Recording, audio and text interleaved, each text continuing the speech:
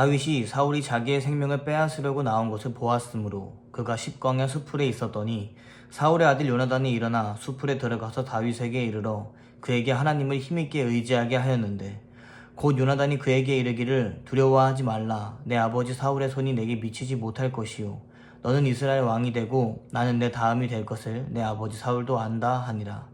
두 사람이 여호와 앞에서 언약하고 다윗은 수풀에 머물고 요나단은 자기 집으로 돌아가니라.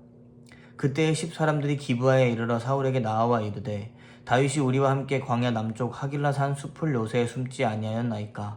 그러하온즉 왕은 내려오시기를 원하는 대로 내려오소서. 그를 왕의 손에 넘길 것이 우리의 의문이이다 하니 사울이 이르되 너희가 나를 긍휼히 여겼으니 여호와께 복받기를 원하노라.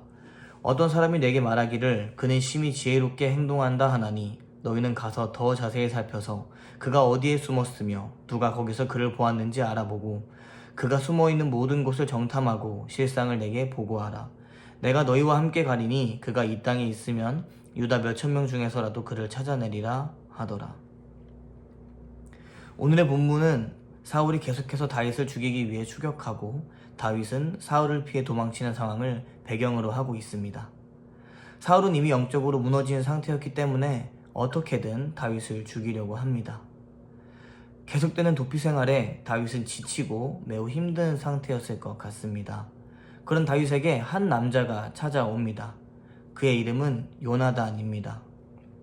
오늘은 특별히 이 요나단에 대해서 함께 살펴보고 싶습니다. 요나단은 다윗을 찾아와 그를 격려하고 힘을 북돋아 줍니다. 다윗과 친한 친구였지만 그에게 따로 찾아가 격려한다는 것이 그리 쉬운 일은 아니었을 것으로 생각됩니다. 요나단의 아버지인 사울에게는 다윗이 원수가도 같은 존재였기 때문에 그를 찾아갔다가는 자칫하면 요나단의 목숨까지도 위협받을 수 있는 상황이었습니다. 그리고 요나단 개인에게도 사울의 편에 서는 것이 더 유리한 상황이었습니다. 사울의 왕권에 위협이 되는 다윗이 사라진다면 사울은 왕권을 이어갈 것이고 그렇게 이어간 왕권은 자연스럽게 요나단에게 올 것이기 때문이지요. 하지만 요나단은 눈앞에 있는 왕위보다 더 큰 뜻을 볼 줄 아는 사람이었습니다. 다윗이 이스라엘의 왕이 되는 것이 하나님의 뜻임을 알고 있었습니다. 요나단은 17절에서 이렇게 말합니다. 곧 요나단이 그에게 이르기를 두려워하지 말라. 내 아버지 사울의 손이 내게 미치지 못할 것이요 너는 이스라엘 왕이 되고 나는 내 다음이 될 것을 내 아버지 사울도 안다 하니라. 요나단은 겸손한 마음을 가졌을 뿐만 아니라 다윗의 든든한 조력자가 되어주기까지 했습니다. 다윗은 많이 지친 상태였을 것 같습니다. 다윗은 아무런 잘못도 저지르지 않았고 오히려 사울의 명령에 따랐을 뿐인데 단순히 사울의 질투와 영적 연약함으로 인해 몇 번이고 목숨을 잃을 뻔했습니다. 게다가 목숨을 잃을 뻔한 상황에서도 다윗이 죽지 않자 사울은 끊임없이 다윗을 추적합니다. 다윗은 육체적으로, 심리적으로 지칠 대로 지쳤습니다. 바로 이러한 때에 요나단은 다윗을 찾아가 그를 격려하고 위로해 준 것입니다. 우리들의 일상에서 다윗이 경험한 고통과 같은 위기를 경험하기는 쉽지 않은 것 같습니다. 그러나 누구든 인생을 살아가며 크고 작은 위기를 만나게 되는데요. 지치고 피곤하고 힘든 순간이 연속적으로 이어지는 것이 우리의 일상입니다. 우리는 다양한 위기를 맞이하게 되고 그 위기에 따라서 우리에게 필요한 것이 달라집니다. 경제적인 어려움을 맞이했을 때는 돈이 필요하겠죠. 또 어떤 때는 우리의 힘으로 할 수 없을 때 우리보다 더 큰 권력을 필요로 할 수도 있고요. 우리의 몸이 아프거나 마음이 아플 때는 의술과 같은 특별한 기술이 필요할 수도 있습니다. 그러나 그 모든 경우에 있어서, 그 모든 위기의 순간에 있어서 우리에게 가장 우선적으로 필요한 것은 용기와 희망을 주는 따뜻한 위로와 격려입니다. 위기에 처한 사람에게 찾아가 조용히 건네주는 위로와 격려의 말 한마디는 실제 그 말이 의미하는 것보다 더 큰 힘을 발휘하게 될 것입니다. 요즘 우스갯소리로 MBTI에 따라서 위로하는 방법이 달라진다고 얘기합니다. F 성향의 사람들은 공감과 위로를 필요로 하고 T 성향의 사람들에게는 현실적인 해결책과 조언이 필요하다고 말입니다. 하지만 우리의 성향과는 상관없이 그 어떤 성향을 갖고 있다고 할지라도 정말 말 한마디 내뱉을 수 없을 정도로 힘든 상황이 찾아온다면 누구나 따뜻한 위로와 격려를 필요로 할 것입니다.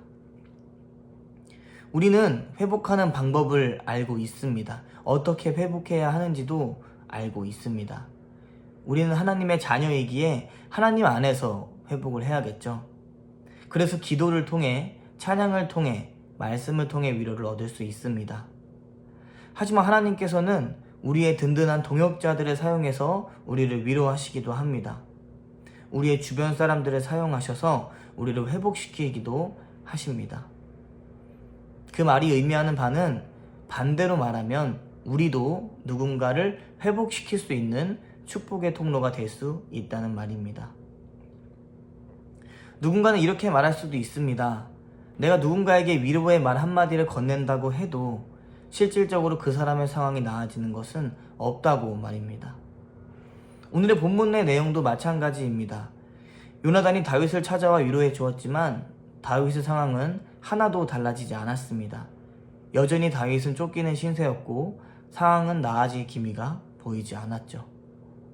하지만 그럼에도 다윗이 그 모든 위기를 적당히 잘 견뎌낼 수 있었던 이유는, 그 이유 중 하나는 가장 절친한 친구였던 요나단이 결정적인 순간에 찾아와 믿음을 굳게 세우는 위로와 격려의 말을 해주었기 때문입니다.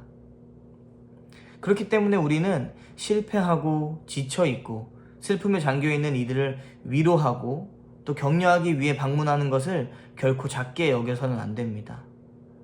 물론 우리에게도 아무런 힘이 없습니다. 고난당한 사람의 상황을 안다고 해도 그 고난을 뒤집을 만한, 그 상황을 역전시킬 만한 힘은 우리에게 없습니다. 그러나 내가 타인의 상황을 바꿀 힘이 없다고 해서 아무것도 하지 않는 것보다 그 사람에게 다가가 위로의 말 한마디라도 건네는 것이 100배 낫습니다. 우리가 하나님의 뜻을 쫓아 어려움에 처한 동역자들을 방문할 때 하나님께서는 우리를 통해 그를 위로하시고 또 힘을 주십니다. 어느 순간부터 사람들은 자신의 삶에만 집중하는 것 같습니다. 타인의 삶에 대한 관심은 뒤로 한 채 나 자신이 잘 사는 것, 나 자신에게 큰일이 발생하지 않는 것을 중요하게 여기는 개인주의가 만연히 퍼지고 있는 요즘입니다. 시대는 시간이 흐름에 따라서 달라질지 몰라도 하나님의 말씀은 결코 변하지 않습니다. 예수님께서는 우리에게 명령하셨습니다. 내 이웃을 내 몸과 같이 사랑하라. 타인의 고통이 내가 겪고 있는 고통인 것처럼 공감하며 함께 눈물을 흘리는 우리가 되어야 합니다. 예수님께서는 먼저 고통받는 소외된 자들에게 다가가셨습니다.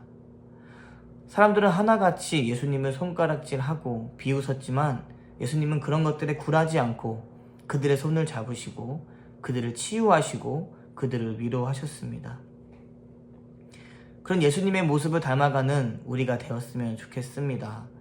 내 이익이 우선되는 것이 아니라 타인의 안전이, 타인의 행복이 우선되는, 요나단처럼 내 눈앞에 왕권이 있다고 할지라도 그 왕권마저도 과감히 포기하고 하나님 뜻을 따라 하나님의 사람을 위로하는 우리가 되기 원합니다. 주변에 고난을 겪고 있는 사람이 있으신가요? 그렇다면 우리는 다가가서 위로를 건네야 합니다. 주변에 말 못할 고통을 끌어안고 살아가는 사람이 있으신가요? 그렇다면 우리는 그를 위해 밤낮으로 기도해야 합니다. 그것이 바로 하나님께서 우리에게 바라시는 일일 것입니다. 로마서 말씀을 하나 소개해 드리며 오늘의 묵상을 마무리할까 합니다. 말씀입니다. 즐거워하는 자들과 함께 즐거워하고 우는 자들과 함께 울라. 로마서 12장 15절 말씀. 아멘. 이 말씀처럼 즐거워하는 자들과 함께 웃을 수 있는, 슬퍼하는 자들과 함께 울 수 있는 그런 우리가 되었으면 좋겠습니다. 언제나 하나님의 사랑을 실천하며 살아가는 저와 여러분이 되기를 간절히 기도하고 또 축복하겠습니다. 제가 마무리 기도하겠습니다. 사랑이 많으신 하나님 아버지 감사합니다. 우리는 오늘 말씀을 통해 다윗을 위로하고 격려하는 요나단을 봅니다. 요나단은 자신의 눈앞에 왕권을 획득할 기회가 있었음에도 불구하고 하나님의 뜻을 따라 다윗을 높여주고 또 다윗에게 힘을 북돋아 줍니다. 하나님, 우리에게도 이런 모습이 있기 원합니다. 우리의 이익에 반하는 행동일지라도 타인이 고통을 겪고 있다면, 타인의 슬픔에 빠져 있다면 기꺼이 먼저 다가가 손을 내밀고 그를 위해 함께 기도하는 우리가 되기 원합니다. 예수님의 자녀로서 예수님의 말씀을 따라 내 이웃을 정말 내 몸과 같이 사랑하는 우리 모두가 되기 원합니다. 우리가 이 모든 것들을 실천할 수 있도록 하나님께서 우리에게 힘을 주시고 주님께 나아갈 수 있는 능력을 더하여 주시옵소서. 언제나 주님만 바라보며 주님의 모습을 닮아 사랑을 실천하며 살기 원합니다. 감사드리며 예수님의 이름으로 기도합니다. 아멘.